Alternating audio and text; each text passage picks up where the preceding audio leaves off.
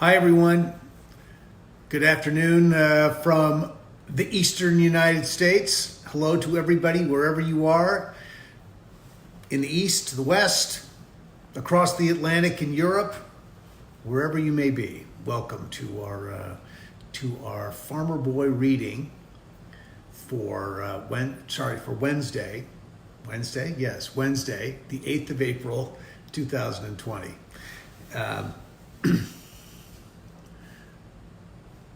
Bob Barnett's watching, Olan's watching, Bill's watching. Hi, Bill. Rebecca Farr from Northern California. That's my home turf. Wendy Abramson, Angela, and Martha. Hi, Martha. How are you? Long time no see from Austria. Randy, I hope everything's going okay. And I hope everything's going okay. I hope everything's going okay. But New York is obviously still very much continues to be in a bit of a struggle. We're hearing so much news coming out of New York, and I'm wondering how everyday New Yorkers are experiencing what's going on. You know, the news is always one thing, and the news is focused in a very particular way, but it doesn't necessarily touch the lives of people who are living in that place, in that situation, because it just can't possibly. And obviously the range of experience is pretty vast, but just say, and I'm sure everyone here can agree, Randy and anybody else who's in New York, we hope you're safe and well and doing okay, despite a very, very difficult, incredibly difficult time for everybody in the city of New York and in the state of New York for that matter. As you all know, Farmer Boy takes place in the state of New York, in northern New York State, about 11 miles, between 8 and 11 miles from the Canadian border. So, you know, lots of Canadian visitors come across the border to come and visit Malone and see the place where Almanzo grew up. Given that it's that far north, you know when it gets cold there, it gets really cold there. I've seen it.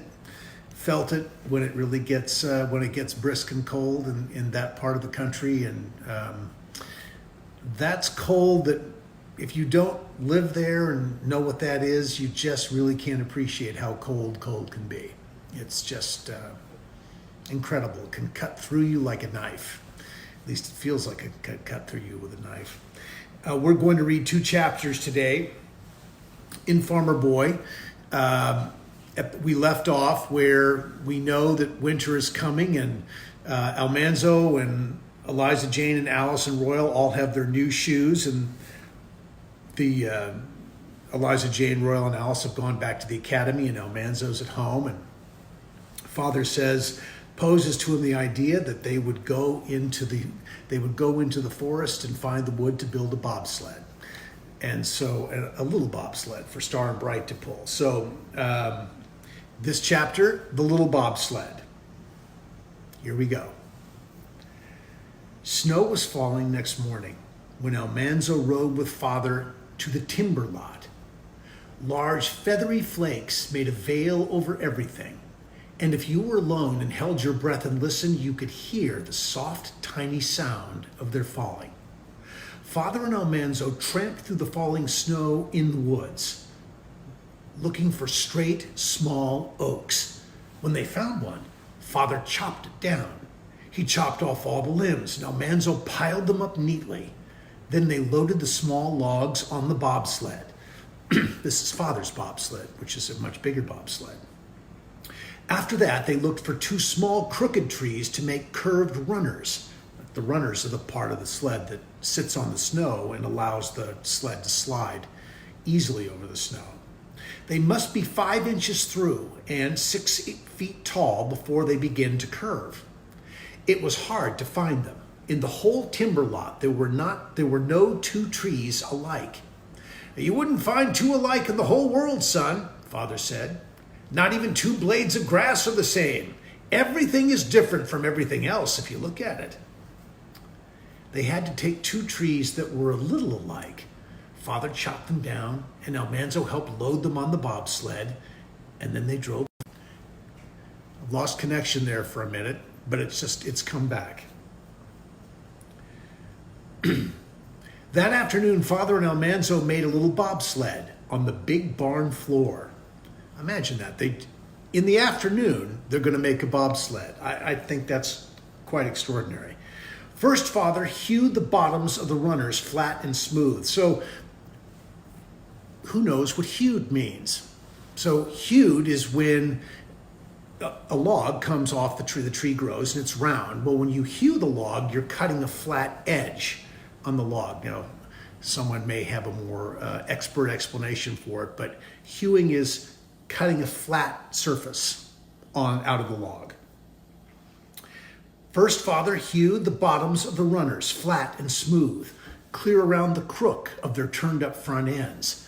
Just behind the crook, he hewed a flat place on top, and he hewed another flat place near the rear ends. Then he hewed 2 beams for cross pieces.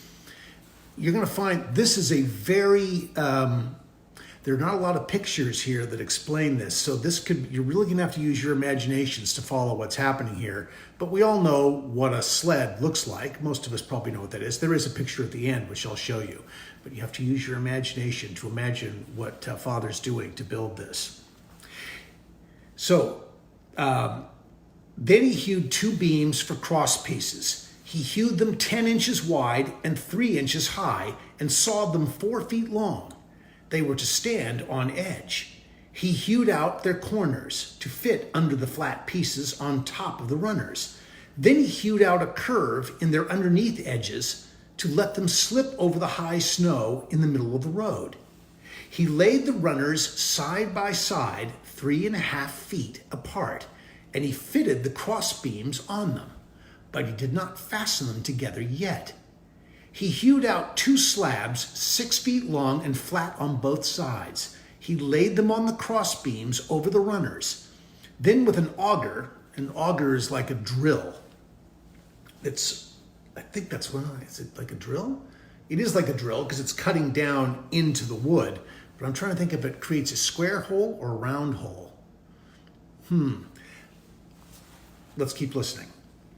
Then with an auger, he bored a hole through the slab down past the cross beam into the runner. He bored close to the beam, and the auger made half an auger hole down the side of the beam. On the other side of the beam, he bored another hole like the first. Into the holes, he drove stout wooden pegs. The pegs went down through the slab into the runner, and they fitted tightly into the half holes on both sides of the beam. 2 pegs held the slab and the beam and the runner firmly together at one corner of the sled. So Father is hewing the wood, he's augering the wood, and then they are pounding pegs in to create pressure that holds the pieces together. So there's no nails, there's no glue. It is all wood and all pressure that holds this together. On the other 3 corners, he bored the holes, and Almanzo hammered in the pegs. That finished the body of the little bobsled. Now Father bored a hole crosswise in each runner close to the front cross beam. He hewed the bark from a slender pole and sharpened its ends so that they would go into the holes.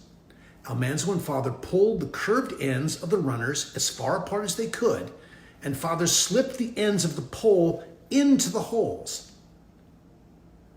When Almanzo and Father let go, the runners held the pole firmly between them. And this pole is not very long. I'm thinking it's probably, 6, 8, 10 inches long. And they have the pressure of the runners is squeezing the pole on the pole and holding the pole in place. Then Father bored 2 holes in the pole close to the runners. They were to hold the sled's tongue. For the tongue he used an elm sapling because elm is tougher and more pliable than oak. The sapling was 10 feet long from butt. If we lose this, I will log back on, but I'm getting signs that the signal is not really good this afternoon, and I'm sorry about that. The sapling is 10 feet long from butt to tip. Father slipped an iron ring over the tip and hammered it down till it fitted tightly, 2.5 feet from the butt. He split the butt in two up to the iron ring, which kept it from splitting any further. And he sharpened the split ends and spread them apart and drove them into the holes in the crosswise pole. Then he bored holes down through the pole into two ends of the tongue and drove pegs into the holes. This is very detailed. I'm reading this, and I have to be honest with you, I have no idea what's happening right now. Near the tip of the tongue, he drove an iron spike down through it. The spike stuck out below the tongue.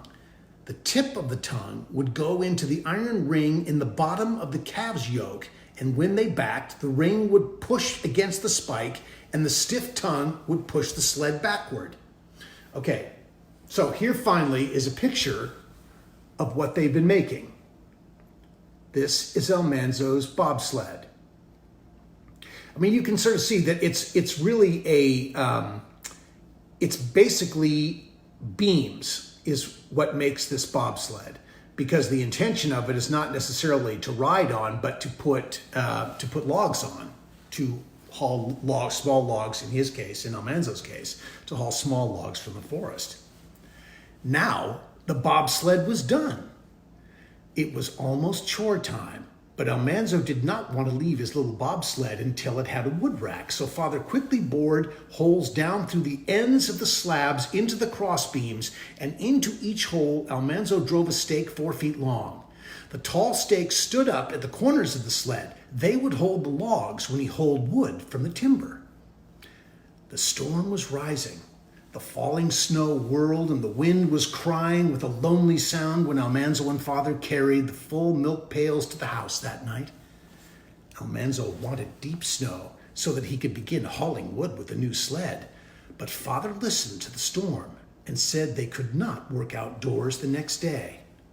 They would have to stay under shelter, so they might as well begin threshing wheat. And here comes our second chapter, threshing. And you can see here, there's a picture. Winter is, hold on. Here's threshing. And you can see that the snow is falling. And the leaves are blown off the trees. And it looks really cold out. So since it's so cold out and the wind is blowing so hard, Almanzo and Father are going to work in the barn, and they're going to be threshing wheat. The wind howled, and the snow whirled, and a mournful sound came from the cedars. The skeleton apple trees rattled their branches together like bones. All outdoors was dark and wild and noisy. But the solid, strong barns were quiet. The howling storm beat upon them, but the barns stood undisturbed. They kept their own warmth inside themselves. When Almanzo latched the door behind him, the noise of the storm was not so loud as the warm stillness of the barns. The air was quiet. The horses turned in their box stalls and whinnied softly. The colts tossed their heads and pawed. The cows' tails, you could hear them chewing their cud. Almanzo stroked the soft noses of the horses and looked longingly at the bright-eyed colts. Then he went to the tool shed where Father was mending a flail. Now, the flail is what they use to thresh the wheat. And as I'm sort of getting the description, the flail is a stick that has leather strips on the end of it that when you swing them over your head and down into the wheat, you're separating the wheat from the chaff, or you're separating the wheat from the stalks of wheat. And each little granule of wheat will sort of sift down through the stalks to the floor. But I think that's what's happening here. The flail had come off so he went into the tool shed where Father was mending a flail. The flail had come off its handle, and Father had to put them together again. The flail was an ironwood stick, 3 feet long and as big around as a broom handle. It had a hole through one end. Its handle was 5 feet long, and one end was a round knob. Father put a strip of cowhide through the hole in the flail and riveted the ends together to make a leather loop. He took another strip of cowhide and cut a slit in each end of it.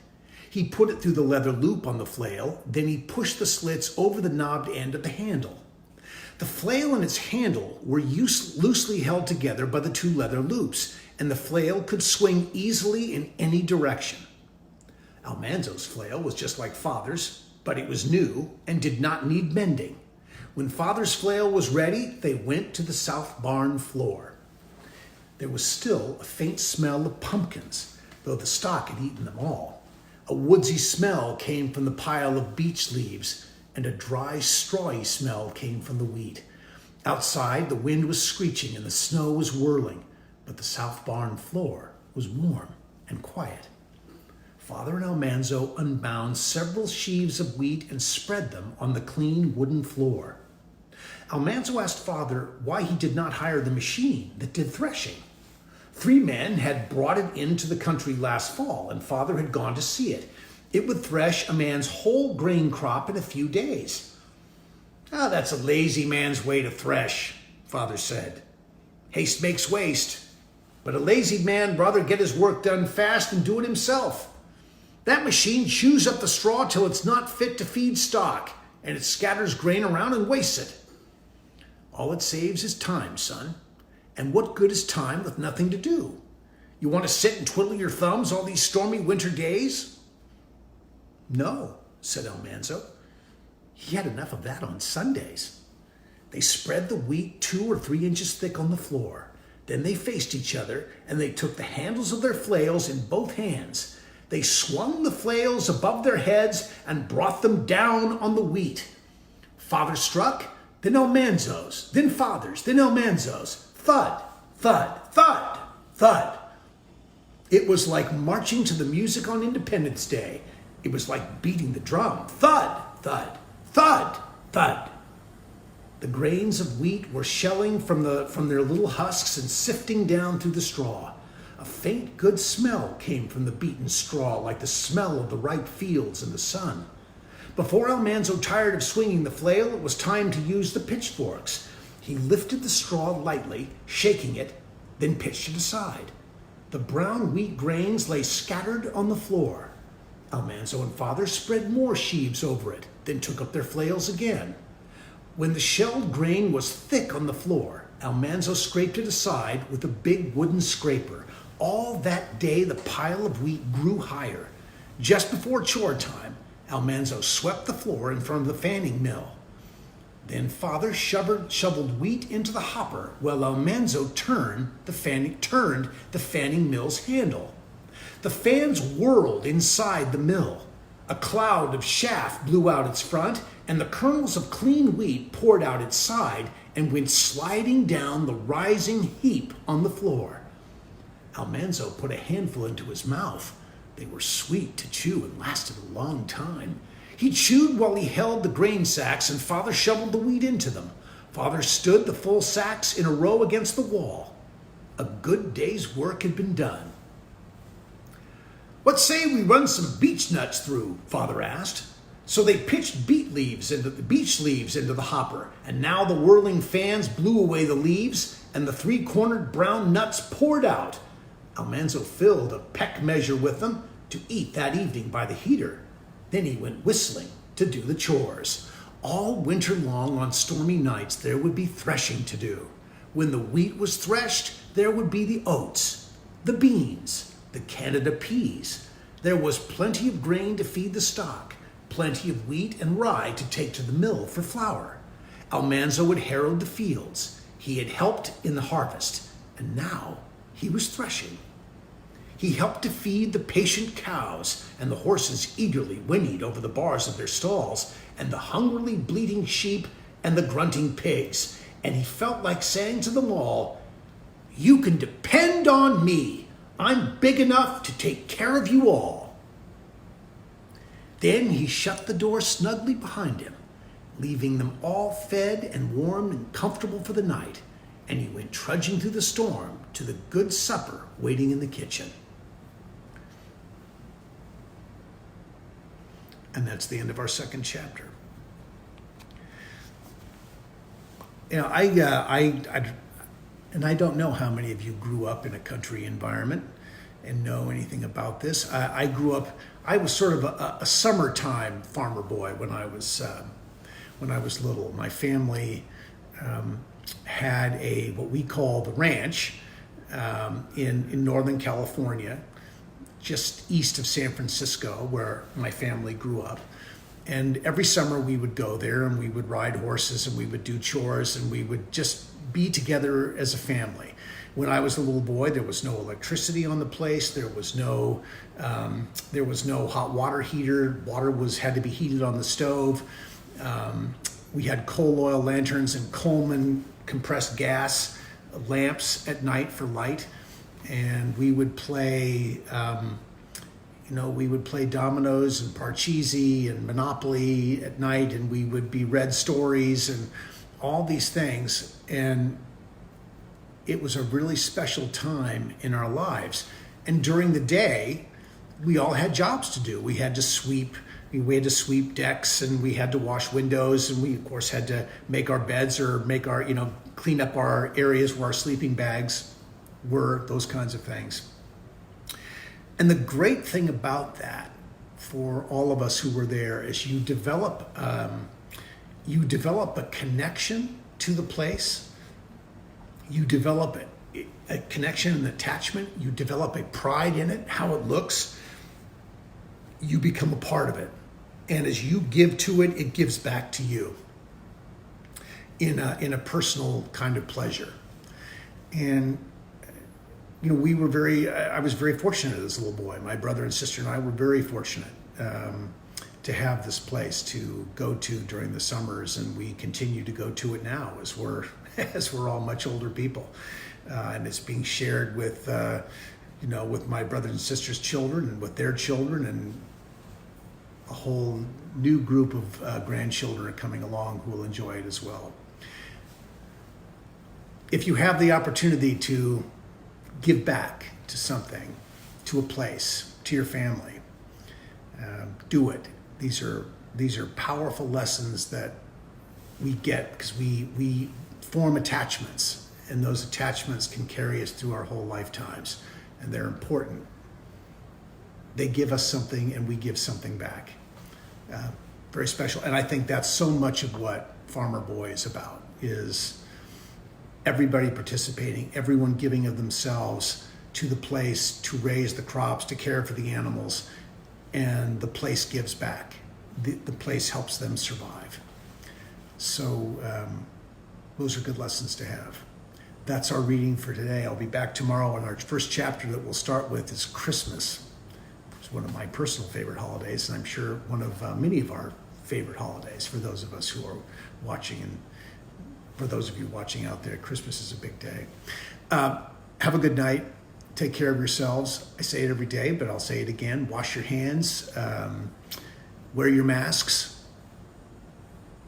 It's important, more important than ever, that we all do these things to help all of us get better so we can get back to normal. Have a great night, and I'll be reading to you tomorrow. Take care.